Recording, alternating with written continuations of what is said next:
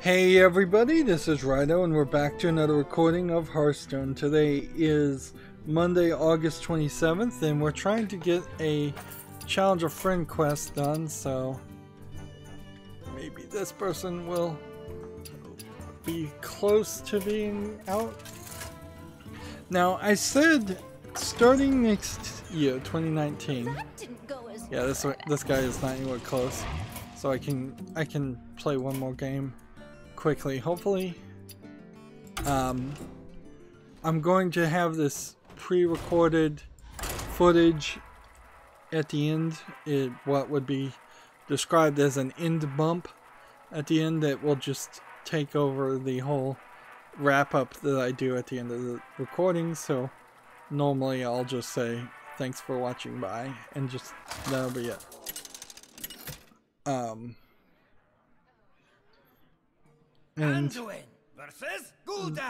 But when I'm live streaming, I really don't have a super easy way to do that.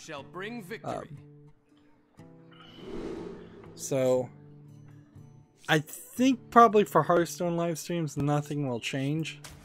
I think I'll still probably do the audio part of just saying, just doing the wrap up verbally.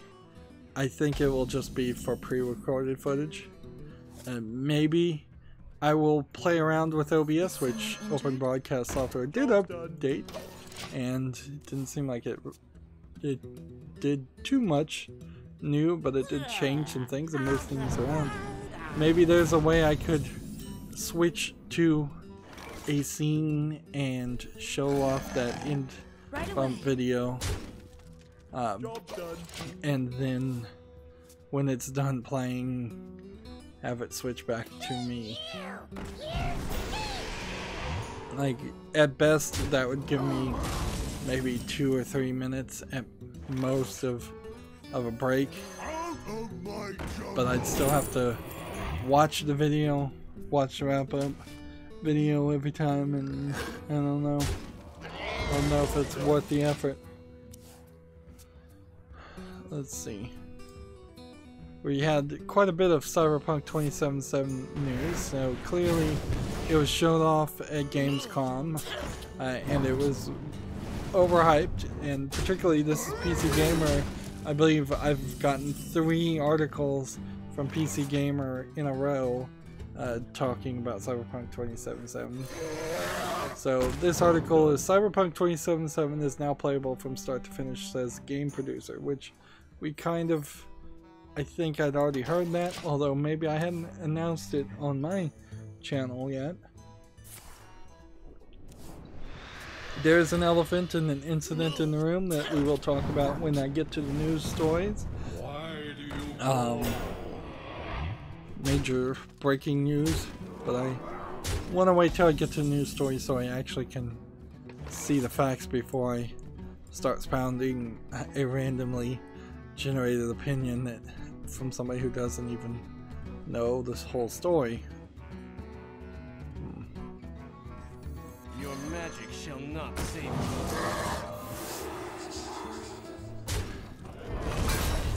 Let's see, PC Gamer has an article, major events in the Elder Scrolls timeline. Too long didn't read, there were some gods, a lot of assassinations, and history broke. They're showing a picture of the world of, I believe it's Tamriel. So Skyrim is at the very north, and it seems like the idea is that there is no other landmass that is known on Tamriel. So Skyrim is the northest part. To the left of Skyrim is High Rock, which is where I think the king was, and no, I'm confusing Elder Scrolls lore with Witcher lore in my head. It's like, yeah, High Rock, that's the place where the king was killed in Witcher 2. And maybe it was called High Rock, but it's not something. Below High Rock, which may be where the king lives in Tamriel, is Hammerfell. To below Skyrim, in the center point, is Cyrodiil. To the right of Skyrim is Morrowind, and then Morrowind seems to surround an island of some sort. I can't read the name of it. Below Cyrodiil is Elsewhere. Below Morrowind is the Black Marsh. Below Cyrodiil to the left is Valenwood, and then there's another island in the lower left corner of the map that I can't see the name of. Awaken my children. So, yeah, not a huge landmass, and what would help, I think, at this point, because I'm pretty sure some Elder Scrolls somewhere has done something in each of these lands. A cataclysm-like event would be probably the right move. Break up all the lands, move everything around, redraw the lines. That would be it. Okay. Let's see. This article, I really don't have time to read, so I'm gonna just kind of skip over. Also, I don't think it really matters to know all of the Elder Scrolls stuff. Let's see. First paragraph says the Dawn Era. There are multiple creation myths. It starts. A lot of this is just written in books. And then the next paragraph is the Mirror Ethic Era. Or Mare Ethic Era. Dominated by the Mare, the elves.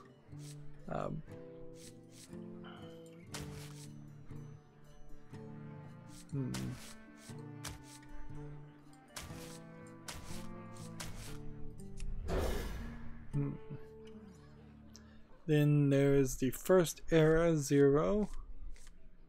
And then there's 143.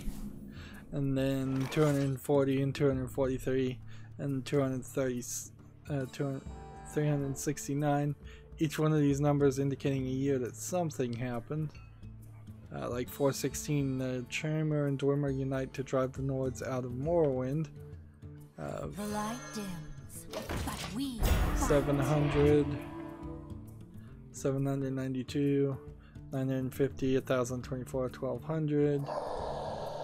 23,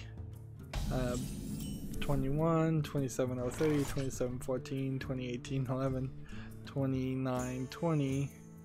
And then the second era starts. And at the beginning, at 230 of the second era, so I guess time gets messed up. repent. And whether it actually gets messed up or if it's just that calendars and information gets lost. It says 230 of the second era, the Mages Guild is formed by Venus Galarian as he leaves an older magical fraternity called the Psychic Order. Galarian opposes the practice of necromancy and proposes to make magical items and potions available to the public for a price. Let's see.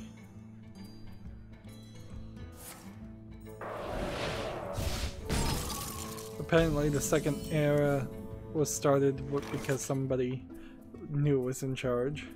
What is my purpose?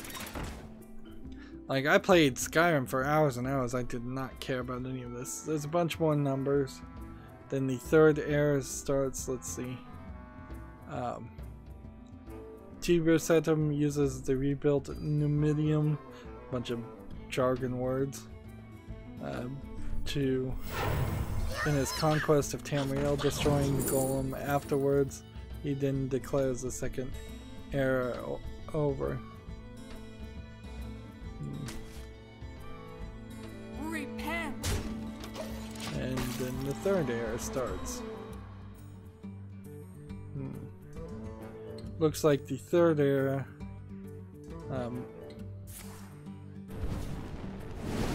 is mostly where Skyrim's history starts.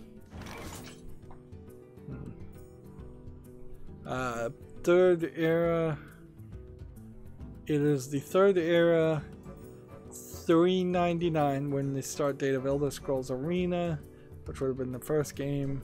405 is the start of Elder Scrolls Daggerfall. So they once the game started and this backstory had to stop, or at least slow down a little bit, the amount of time between, because it's been like thousands and thousands of years between the first and second era and the third era. Let's see. 427 takes place like 22 years after Elder Scrolls 2. That's when Elder Scrolls 3 starts. And 437, which is only 6 years difference, is the start date of Elder Scrolls 4 Oblivion. And then the fourth era starts after Oblivion, apparently. And the fifth era 201, so like 201 years plus since Oblivion, is when Elder Scrolls 5 Skyrim comes out. Converting stored energy. Converting stored energy. Play this. And this. That. And that.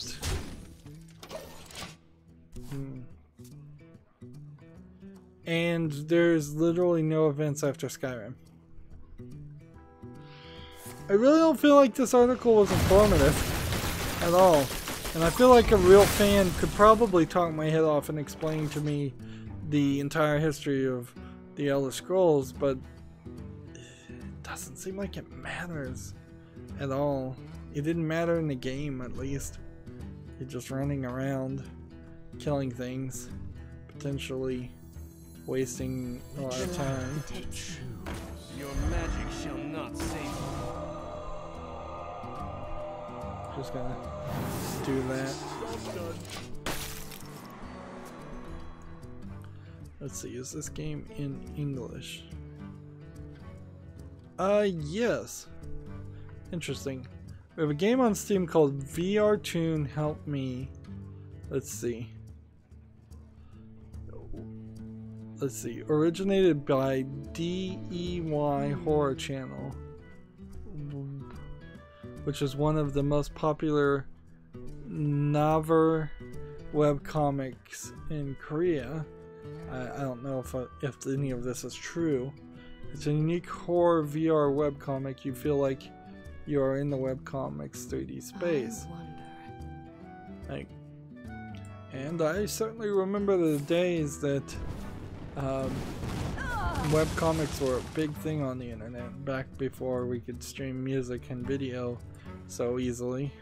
And sadly, I think one of the worst things you could say about that time is that not too many webcomic creators feel like they became popular as they should be, as popular as they should be, or as well rewarded for their efforts as they should be. Let's see. Let's go ahead and kill this one. One thing I would like to say is this animation style looks very Korean, in the sense that it does not look like Japanese anime at all. It does not look like low effort and low skill Western animation either.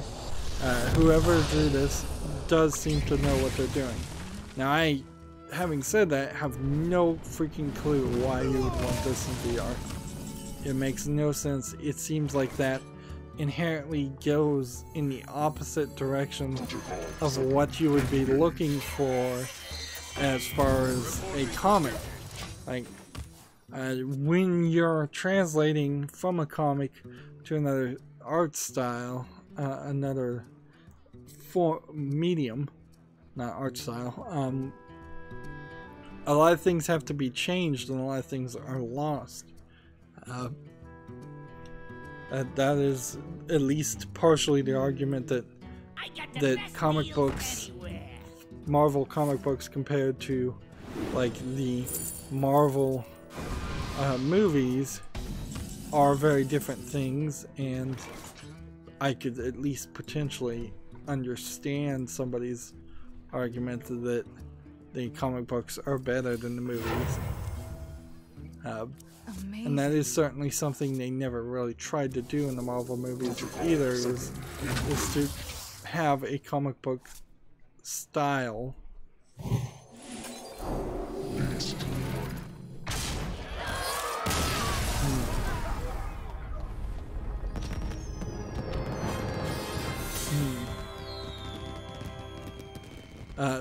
Any VR horror game though is going to be just like me playing Layers of Fear, in the sense that very often I was just looking in the wrong directions. Let's see if this person is anywhere close to being done so I can challenge them. We may have to throw out some more things. Okay, they're close enough. Let's watch them and see if they see him win. That's really no reason why they shouldn't. Let's see. Yeah, there's no reason why you wouldn't win here. Next game we have on Steam is called Sexual Puzzle, and obviously includes sexual content, nudity, and is tagged as mature.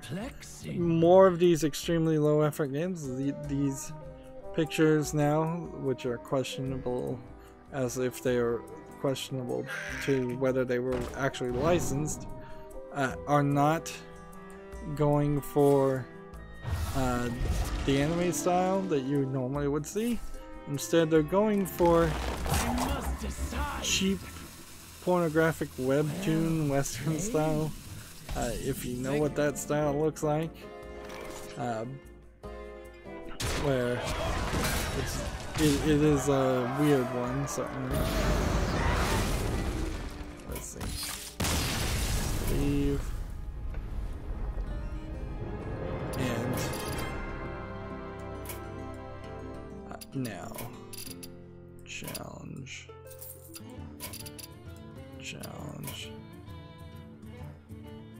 Although why did I challenge wild? Seriously? Seriously, are you leaving? It went offline.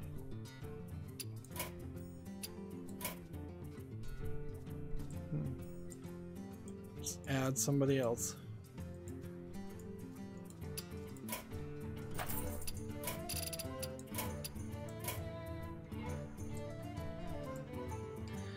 They need to stop doing these challenge a friend quests. They just are too much of a frustration. I guess though, if I get one more victory, I'm fine anyway. So let's just keep on playing.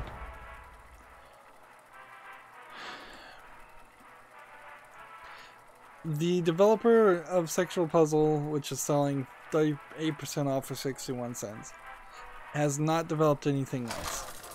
Why is his game, that is so obviously a low effort bad game, allowed, where other games that are good games are getting held back for months and months and months? Like, it really just has to boil down to a conspiracy theory, and until Steam and Valve explains themselves.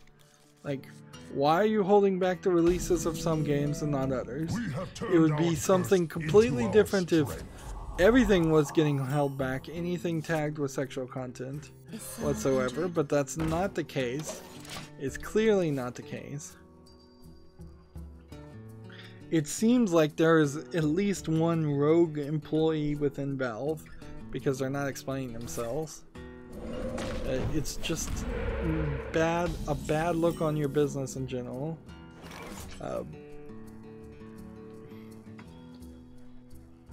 What is my If it is a rogue employee, then the question becomes, Why has this rogue employee not been caught yet?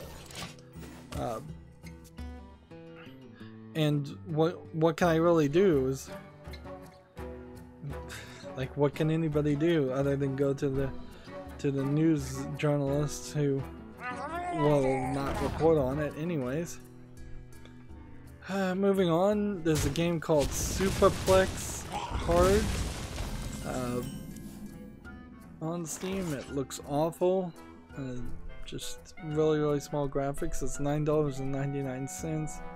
Small Windows 95 looking graphics for, I don't know what it is, or whether it's a, I guess, snake eating game or something. Must consider. So, like a Dig Dug game, possibly. Might be a good describer.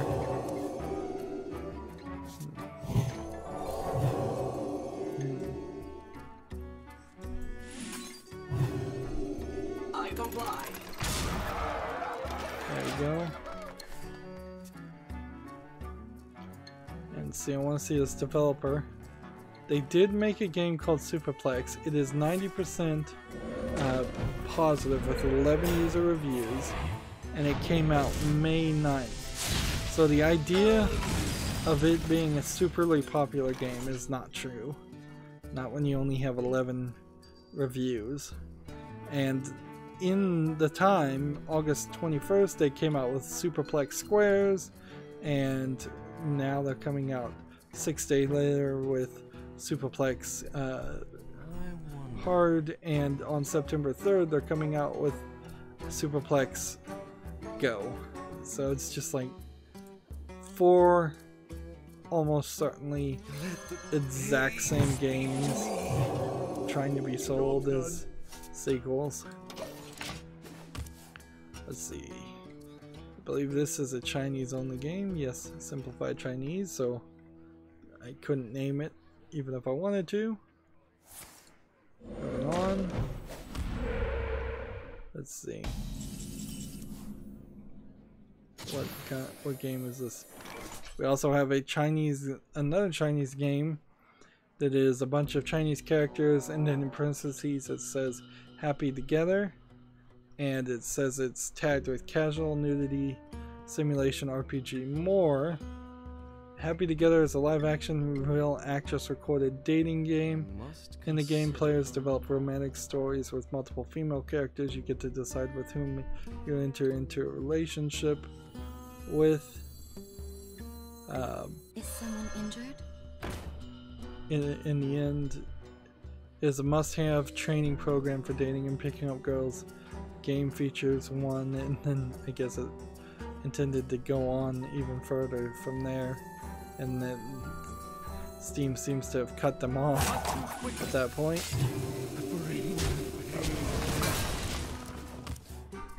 It is something slightly interesting to at this point you're doing a full motion video dating simulator game. But I bet this is all really tease without actually showing anything at all. Because I think maybe pornography is illegal in China. Seems like you don't see a lot of it coming about. I'm seeing screenshots and I'm seeing videos, and I'm seeing that is only 20% of 79 users have rated the game positively. So there's something definitely wrong with this game that people don't like. Okay. If we were to play this, and then this, Right away. and then hit that. I'm not opposed to a game like this, but I feel like you're probably wasting your time making it a video game too. Like, is this some way to make people not be afraid that the credit card charges show up as like adult material, therefore it just looks like a Steam purchase?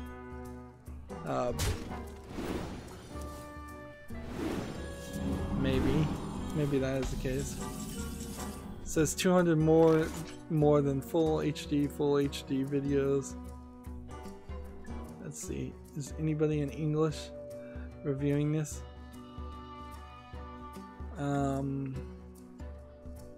Yeah, it's all Chinese people rating it negatively.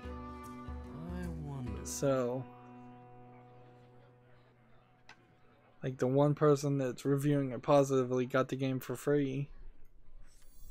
Do you like to play with fire?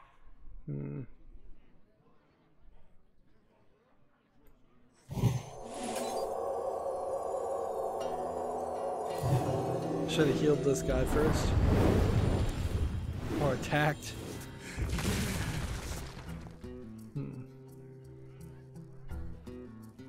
Bring the pain. Right away. Let's see. Rest here.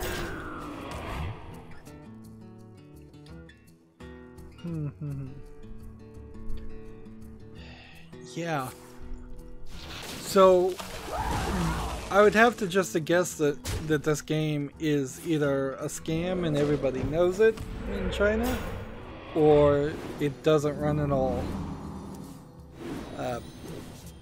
But interesting nonetheless, because the live action nudity now, like, is being allowed on Steam, and yet Japanese visual novels are not.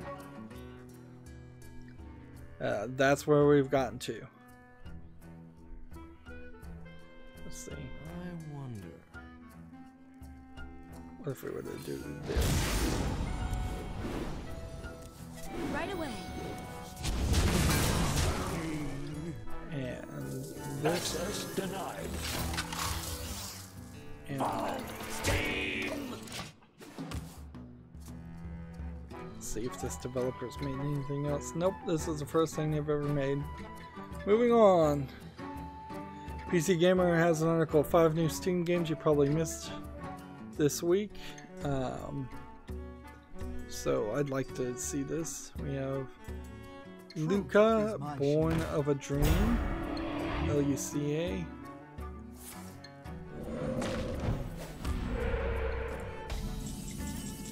This is a weird scribbling animation style, so I'm not sure I really like this game. It looks like it's a hack and slash. They say it's an action RPG, so I'll keep an eye on it. The weird animation style alone makes it for a different experience.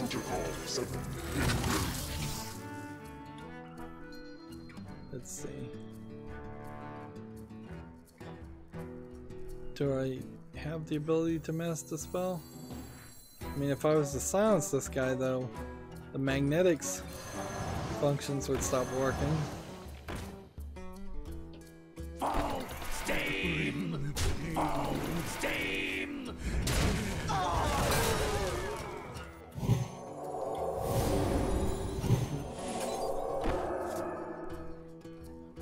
Let's see, let's go ahead and attack him in the turn. 7 Billion Humans came out. I think I may have called that game 1 Billion Humans. The King's Bird. I think I saw this one. So I'll double check. Age of Gladiators 2 Rome. I don't think that game would interest me. Nope. Planet of the Apes Last Frontier. I could see maybe playing the Planet of the Apes game. Actually, it looks pretty good looking. So that movie tie-in game. So yeah, those are all things that, like Luca Born a Dream is 100% positive of 17 user reviews, which I don't know if what that means so much, but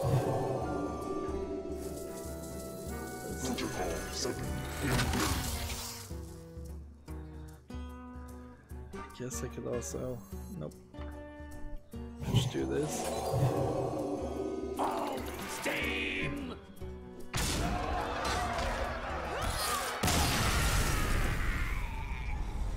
Let's see. Next game, 7 billion humans, is 95% positive with 117 user reviews. Not really surprised there. Planet of the Apes is mostly positive with 75% of 12 user reviews. I'm actually rather surprised about that one. If there was any game in this list that was going to be bad, the Planet of the Apes game has a good chance of that. Let's Loki, please accept. Yes, thank goodness. And this lets me play the Murloc deck for fun. Okay, so now I've gotten to the story, and so we can talk about the elephant in the room while we're challenging a friend. I'm sure that's weird. PC Gamer has an article, and I think I have several articles from different people talking about this. And I would like to mention also that at least 5 of the trending, top trending things on YouTube were mainstream news media, not video game media, just mainstream news media. NBC, USA Today, CNN, maybe MSNBC too. All of them had the top slot talking about the exact same thing, which is a breaking news story. I'm not sure that is the best way for the trending page, which is a curated page, to be implemented, because you don't inherently just automatically get on trending, or at least you didn't last time I heard. Also, many YouTubers who cover the news, just mainstream news in particular, complain about the fact that Susan Wojcicki and YouTube has heavily censored and blocked people from talking about controversial topics and breaking news things, while at the same time giving a free pass and a green light to the mainstream news media to both monetize those videos and get them on the trending tab and get a lot of views there. So there's a major double standard about news being talked about. In fact, so much so that I wouldn't be surprised if this video was monetized in the first place that it's going to get demonetized for what I'm about to say. Wouldn't be surprised at all. But PC Gamer has an article, 3 killed including shooter at a Madden esports tournament in Florida, updated. Let's read the story before I potentially spout off my first knee-jerk reaction that I thought I may, for my own intelligence and grace, choose not to even say what I first thought. The Jacksonville Sheriff's Office say 3 are dead, including the shooter who took his own life. Update 4. The victims of the Jacksonville shooting have not yet been named, but the Sheriff's Department, but the CNN has identified them as 22-year-old Eli Trueboy Clayton, the 27-year-old Tyler Spot Me Piz Robertson, and says Clayton's death was revealed on Twitter by Calabasas High School Coyotes, his former high school football team, while Robertson was named by the esports organization City Gaming.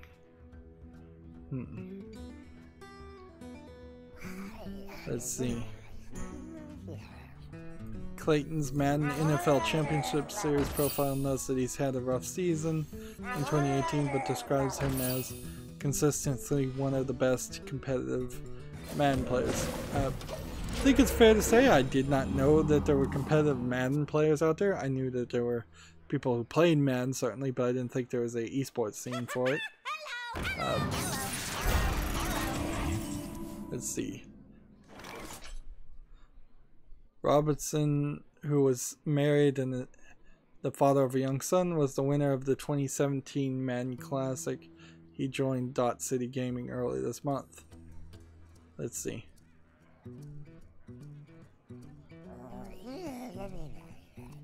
The CNN reports that the suspect in the murders who killed himself shortly after was also a competitor in the Madden tournament. Which, that is certainly what I've been hearing, for what little I've been hearing about this, since it's really breaking news. Update 3, EA has tweeted an official response. I saw a lot of official responses. Let's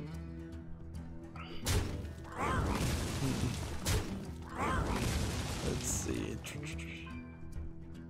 There's an 800 number you can call if you have any information. And people were live streaming when this happened.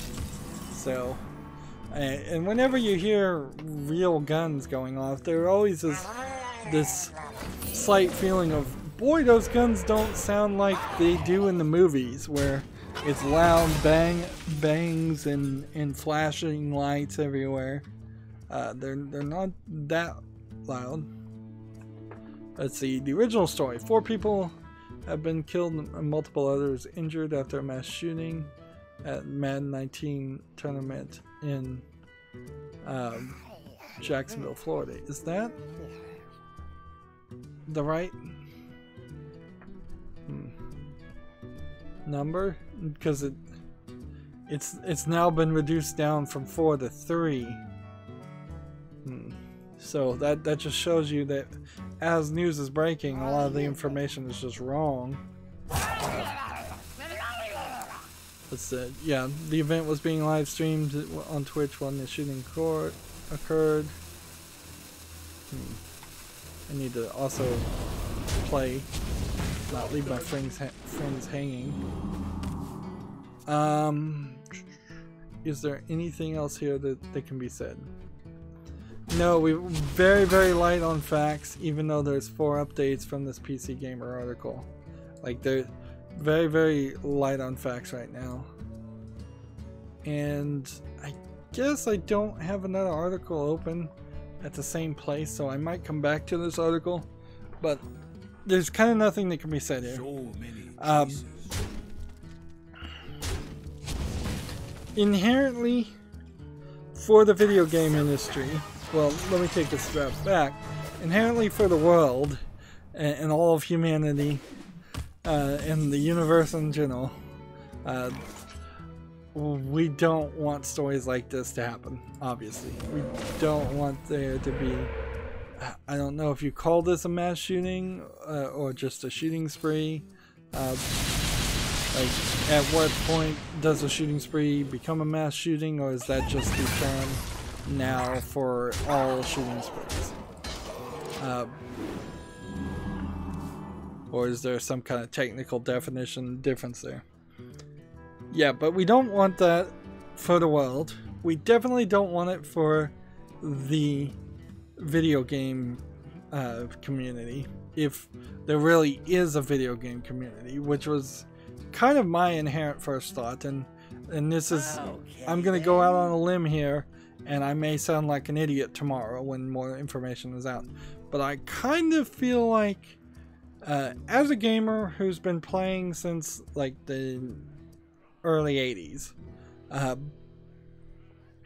I kind of always felt like the Microsoft gamer bros that were brought into the video game world and would only play Madden and only play Call of Duty and were only doing that one thing. I always kind of felt like they were their own group and their own society, and that there really is very little relation between what I considered a gamer at the time and what people who are playing just Madden and just Call of Duty. Madden, Call of Duty, all of these are games that I wouldn't immediately want to just play just because there's a new one out each year. Whereas the gamer bros, for lack of a better term, are exactly the people that would only play those games, and they would never play something like Myst, and they would never play something like Hearthstone. I think over the years we've become kind of a melting pot and merged together, and it's less a situation where kids today have the jocks, the guys that are into sports, and then you have the nerds. Remember, like, Attack of the Nerds and Revenge of the Nerds, those movies were all about those stereotypes, and those movies propagated those stereotypes, but they definitely existed for many people. Nowadays, I think children can be raised and to be a lot more healthy and balanced, where yes, they play video games because every kid plays video games, but they also all go out and do sports activities and similar and are active, and no longer is it uncool to play video games, or is it uncool to play sports. So yeah, I think it's much better for future generations.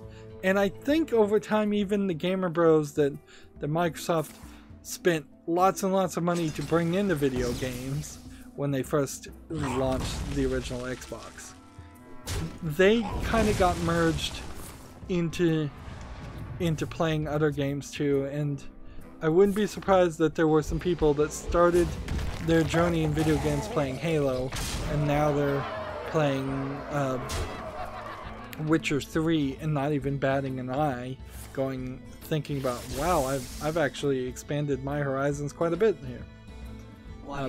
So yeah, my first thought is, yeah, Madden players, particularly esport Madden players, who you know, just as a fact, can't really be playing any other games, don't really feel like they're gamers. There's a knee-jerk reaction in my head to say, oh, he's not a real gamer, that the shooter isn't. He's just a gamer bro.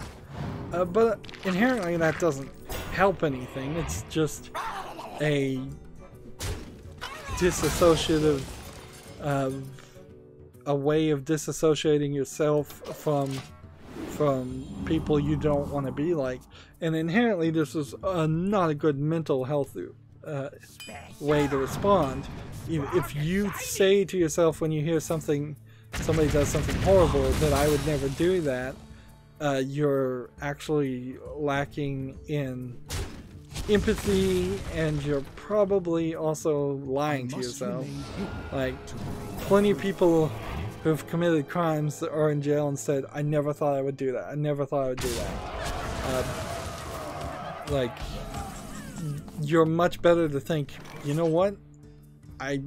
In the right situation, if I did the wrong things and I didn't put myself in check and nobody else put me in check, I very possibly could have done something similar. And nobody wants to think that way, but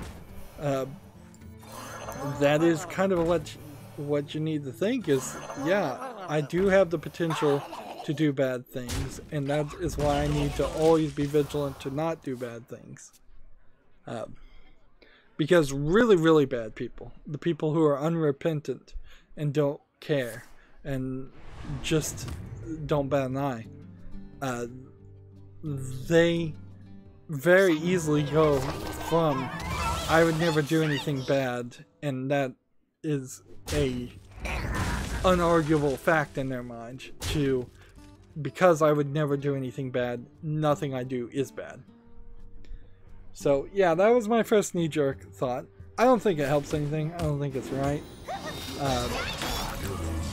The other thought, of course, as we've had constant attacks from every side on the video game world for decades, you're going to inherently see arguments where people come out on something like Fox News and say the video game made this person violent, which inherently, I guess, then you have to, if you're going to believe that, you have to believe then football just makes everybody violent in general, because that's what they're playing, is a video game sports game.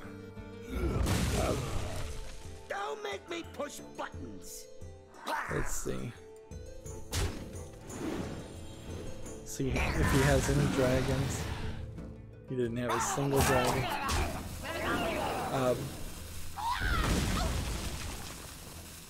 Oh, I could have had that on the field this whole time. Don't make me push buttons.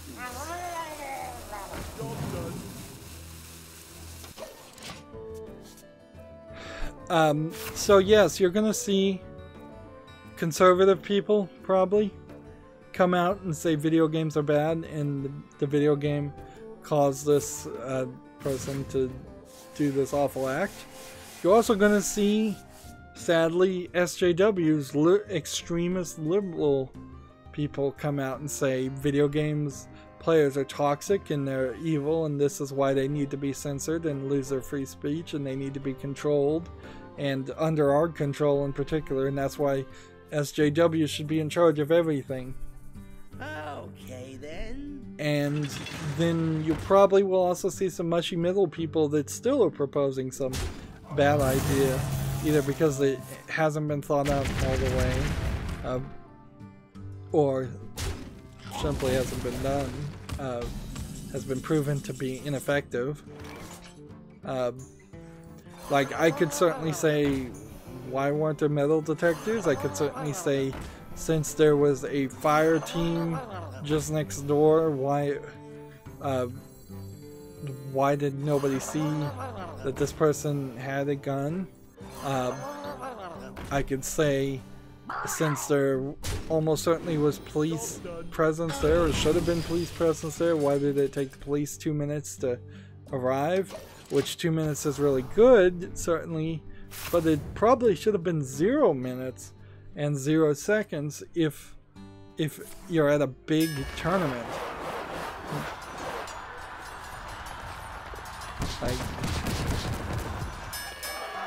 And I'm not going to immediately dismiss that maybe some of the esports level pro trash talk that probably happens in Madden tournaments push this person over the edge.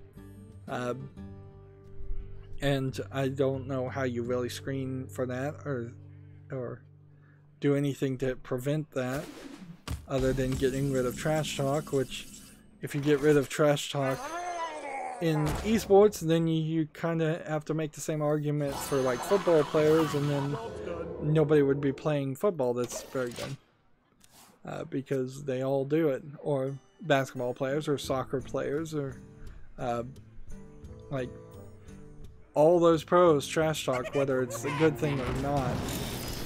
It's a systematic thing that I don't know what you're gonna do. At very least, they fine players, I think, for cussing at the referees.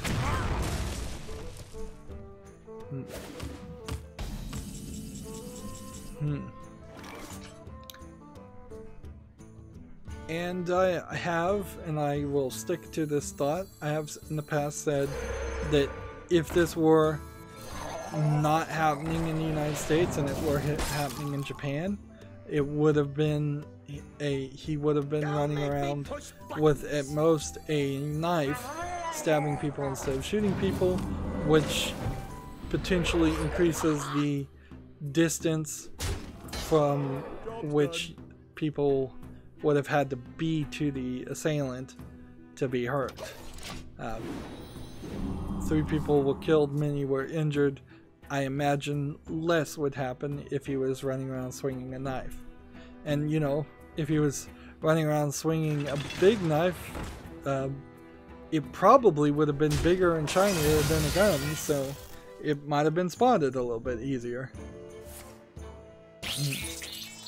Now, so complete elimination of guns is still something that I would like to see in the United States, to the point where I'd like to see it where the police in the United States are no longer justified or capable of wearing guns on their belts in day-to-day operations.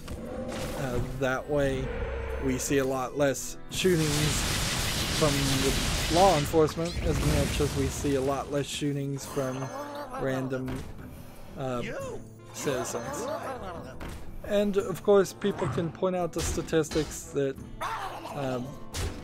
show the United States has the most shootings compared to anybody else, and part of that is is how big the United States is, but also statistics can easily be shown that in places like Australia, where they banned guns or severely limited in them, that has succeeded very well.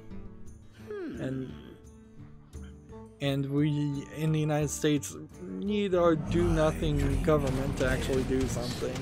They should have done it a long time ago. And that gets back into politics and economics, where the National Rifle Association, that was a really long Challenger Friend game, has way too much money and way too much power that they can buy with that money. Well, that's all 3 daily quests done for the Americas account. Let's move over to the European account. And I think that's pretty much all I can say right now. I imagine Wednesday or Friday we may have more information to talk about that some more, but it's kind of like the same response no matter what. Like, I can't even imagine a fictitious chain of events that would change the story in any way. Like, there's only little things that could change it. If the guy was on drugs, if the guy was known to be crazy, if the guy was kidnapped and brainwashed by a group, if the guy was part of ISIS, I mean, or thought he was part of ISIS, if the guy was some kind of foreign spy, like, it still doesn't really change anything on the story, even if I try to go in the craziest fantastical things. If the guy was secretly a lizard person, like, it still doesn't really change the basis of a need for gun control. Let's see, play hunter cards, win 3 modes, and win a game with major shaman.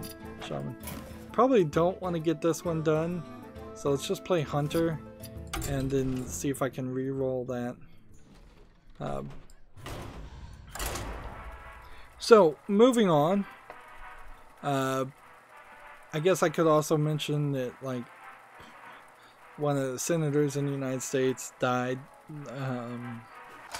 but it's so not video game related. I'm not going to mention it. It's like lots of people die all the time, but unless it has something to do with video games, which arguably that even this story barely has anything to do with video games.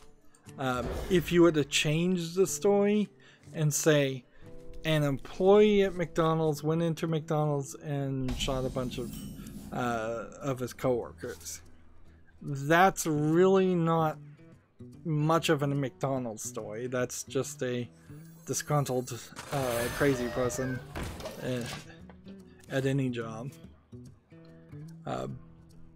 But the video game industry does not get that same realistic perception that everybody else is given. If anything bad happens within a mile radius of video games, it's video games' fault for many people. Moving on, PC Gamer has an article: Soul Calibur 6 could be the last Soul Calibur game if the game doesn't perform well, says series producer. Well, no duh. Like, this seems like the basic response these days to any release of any game whatsoever, is that if this game doesn't sell well, we may not make another, so you better buy it. It's just a pressure tactic. And half the time it's like, if this game doesn't pre-sell well enough, then we may not make another one, so you better pre-sell it before we even release it. I seriously doubt this would be the last Soul Calibur game. The name, the title is too well known. There's some positive connotation to the game. It's just not likely that would happen. Now, what could happen, what's more realistic, is that a game gets put on hiatus for a long time and we don't see Soul Calibur 7 for 10 to 20 years. 20 would be pretty long. But yeah, 5 to 10 seems very possible if the game sold poorly. But we're gonna see another Mass Effect game at some point. That name has too much application. Even if they decide to completely do a completely different style of game and just call it Mass Effect, something is gonna have that name on it, regardless of what it is eventually. Okay, GameIndustry.biz also has an article. It's called Mass Shooting at Madden Tournament, Multiple Fatalities. Let's see, it doesn't seem like there's any... There's updates at the bottom. I think updates need to be at the top. I think there's probably some kind of journalist rule here also on whether updates should be at the top or bottom of an article, but it seems like there's no standard anybody is following. It seems like also GameIndustry.biz doesn't have as much up-to-date information as PC Gamer did.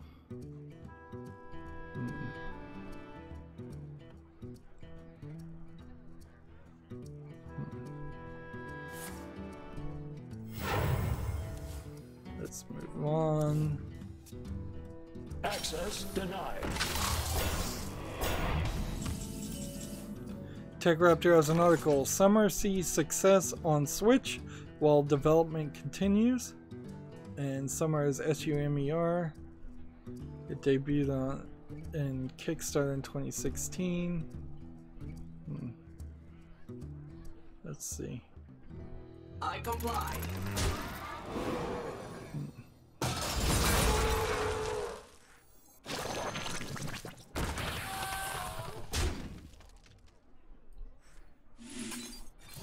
There you go. Play all these 100 games. See, it eventually made its way to Steam, so that'll be interesting.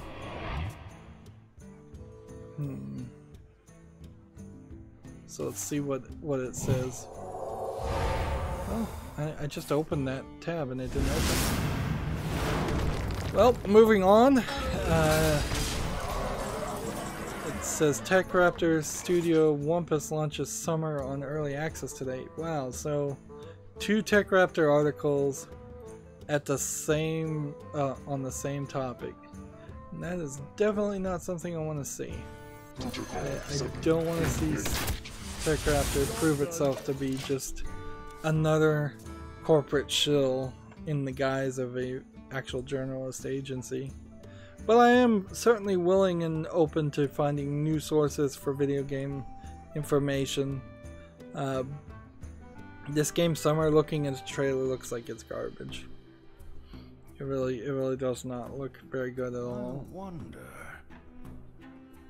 It might have a slightly interesting Egyptian look to it, like a tower sim, but it's instead a pyramid in the Egyptian gameplay. Let me think.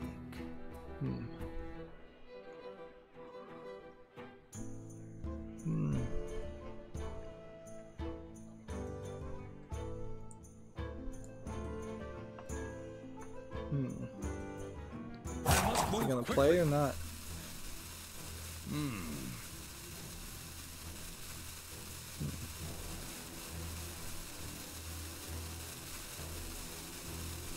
Trying to cover all of these articles.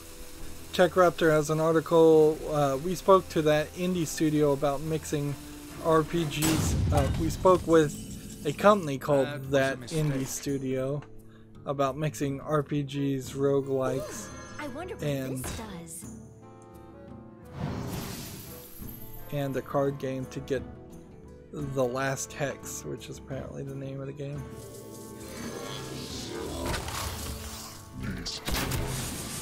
Victory. And we'll take that. So, The Last Hex. Let's look at what it looks like.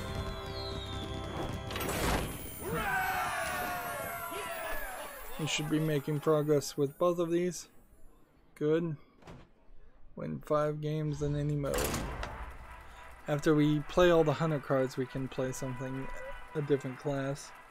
But right now, the last Hex looks like a Hex-based game, and I'm not a super fan of that, and the graphics don't look good, so I'm gonna close that tab. Rexa versus Valera. PC Gamer has an article. Despite challenges, modders are adding clever new squads and enemies into the breach. I think I already talked about this article. Maybe I left that tab there just as a marker of something. I don't know. Next article we have from Your Gamer. Improved clothing, textures, and vending machine branding. Modders are already tweaking Shenmue 1 and 2. The thing here is it does look better, Shenmue 1, but it also seems like Shenmue 1 is just kind of not a game worth playing. I don't know any kind of way to say it. It just feels like it is not a great game. Not to say that I don't think people have great nostalgia for it and they liked it when they first played it. I just think by modern standards it's probably unplayable. Shenmue 2 has a better way of manipulating the time mechanic, because you have to be in certain places at certain times, and in the first game you kind of just have to let the game run until that time happens, almost like a visual novel day simulator, but usually in visual novel games where you are planning and simulating your day, you're told pretty obviously and directly that that this activity you're going to do is going to take exactly an hour, and you only have like 12 hours in a day to accomplish things, and you usually have more than 12 hours worth of things they want you to do. Moving on, Gematsu has an article. The next Ys title is in development, set after Ys 8. Ys is spelled Y-S. So the Ys series is an RPG, Japanese RPG series that, if I was not going to spend time on playing the Final Fantasy series, Ys would potentially be one of the RPGs that I would play. Maybe not the direct choice or the first choice, but it gets really weird.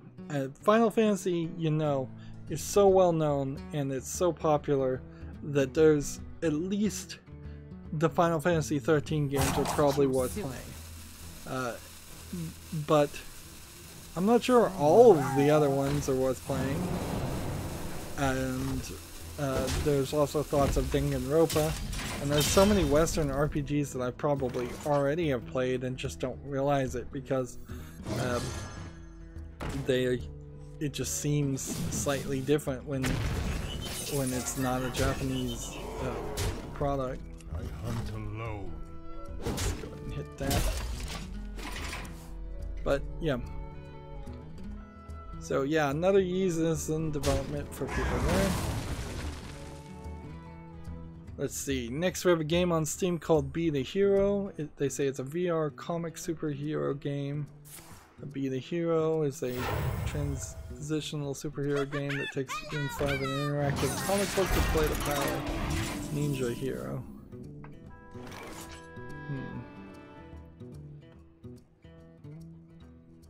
So I'm looking at the video, and I don't know why this is a comic book, because to me it looks like you're just playing a game and swinging swords back and forth. Yeah, that does not strike me as looking at a virtual comic book. This looks like this is just a VR game with maybe a comic book art style. Maybe, but I wouldn't even really agree to that. Hunt alone. Job's done. Let's see. So this game is early access, requires VR, it's $19.99. And here's a not reviewed review. Sheathing your sword is the only enjoyable part of the game. Enemies are boring to fight to put up a little resistance. The super moves are only fun the first few times. And use them as there's only 2. And it goes on from there. Yeah.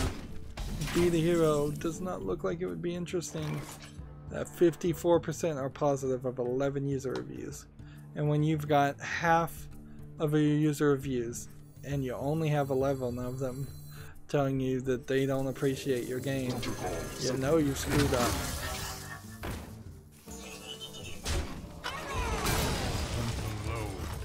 Let's see, so let's close that tab. Next game we have on Steam is called Project GR-5LYR, a galactic relocation. Let's see, GR-5LYR. So like galactic relocation 5 layer or Slayer.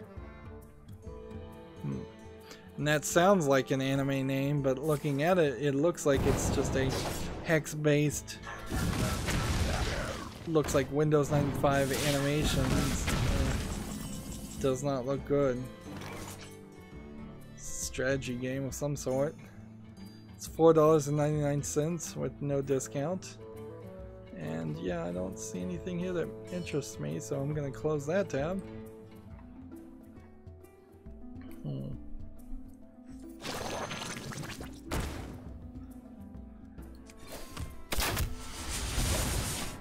PC Gamer has an article. Shortest trip to the Earth is a complex, exciting spin on the FTL that takes 5 years to make. Coming to early access later this year. So this looks very much like FTL. So the question is this the same developer as FTL, or is this just PC Gamer clickbaiting the title by mentioning a new game and then mentioning the old game that's more known? Let's see.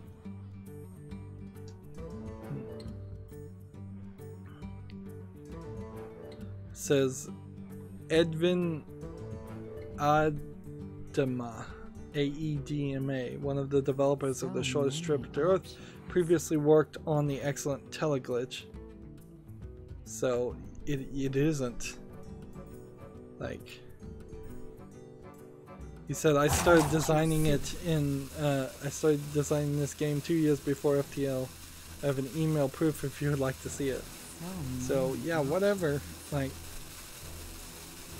that'll come down to the courts if you're sued for copyright infringement of FTL. Don't bring that up in an interview, even if that is the thing. This game is not even out in early access, so the fact that PC Gamer is even writing an article about it, again, just is pointless. Ooh, I wonder what this does.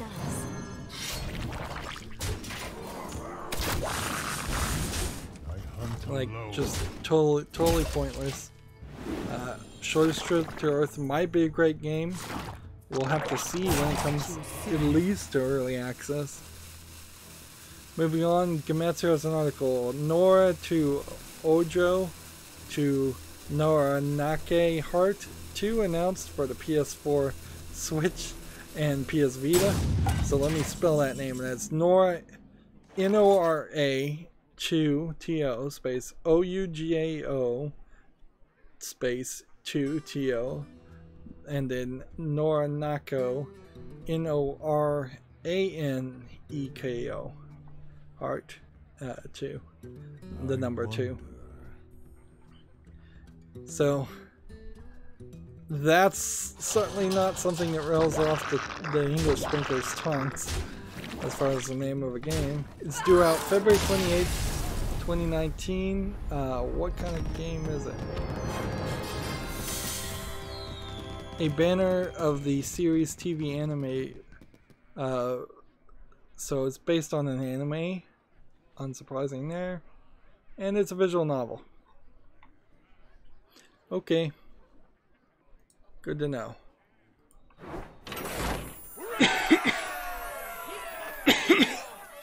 And so we're gonna break the streak here since it's been another hour. As far as daily quest, we still need to play more hunter cards and get more victories, and then move over to the Asian account. And we still probably have plenty of news because I don't think we're anywhere close to covering all the games. So that's going to be it for this recording. As always, I ask you to like, share, subscribe, comment, and watch every second of my videos. If you want to friend or follow me on any social media sites, there's a whole bunch of links down below in the description box. And if you want to support me, I'm asking people to friend me on Steam and gift me a gift card. Thank you for watching. Have a good evening.